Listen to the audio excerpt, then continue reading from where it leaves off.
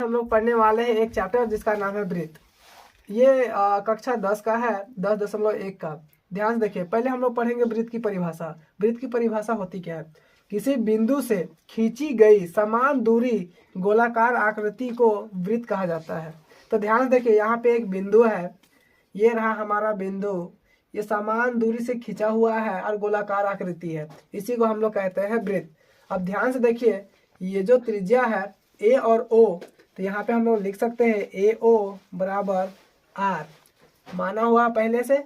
ये भी ओ और बी, ओ बी बराबर हम लोग इसको ले लेंगे आर से। तो ध्यान देखिए, ये जो सबसे लंबी जीवा है, ये यहाँ से यहाँ जिसको छू रही है एक रेखा, इसी को हम लोग बोलते हैं वृत्त का व्यास। तो हम लोग व्यास बराबर, व्यास हम लोग डी को कहते हैं, डी फॉर डायमीटर या फिर व्यास एक ही चीज होता है। तो दोनों को जोड़ेंगे, ये हो जाएगा AO प्लस OB। AO का मान R है प्लस OB का मान R है, दोनों को जोड़ देंगे तो 2R हो जाएगा, क्योंकि ये D का मान आ जाएगा, D फॉर डायमीटर। व्यास बराबर हो जाएगा 2R। इसी से हम लोग त्रिज्या निकालेंगे, तो त्रिज्या बराबर करेंगे तो हो जाएगा हमारा D/2। ये हमारा R का मान हो गया। ये 2 फॉर्मूला हुआ। अब तीसरा फॉर्मूला हम लोग लिखेंगे वृत्त की परिधि।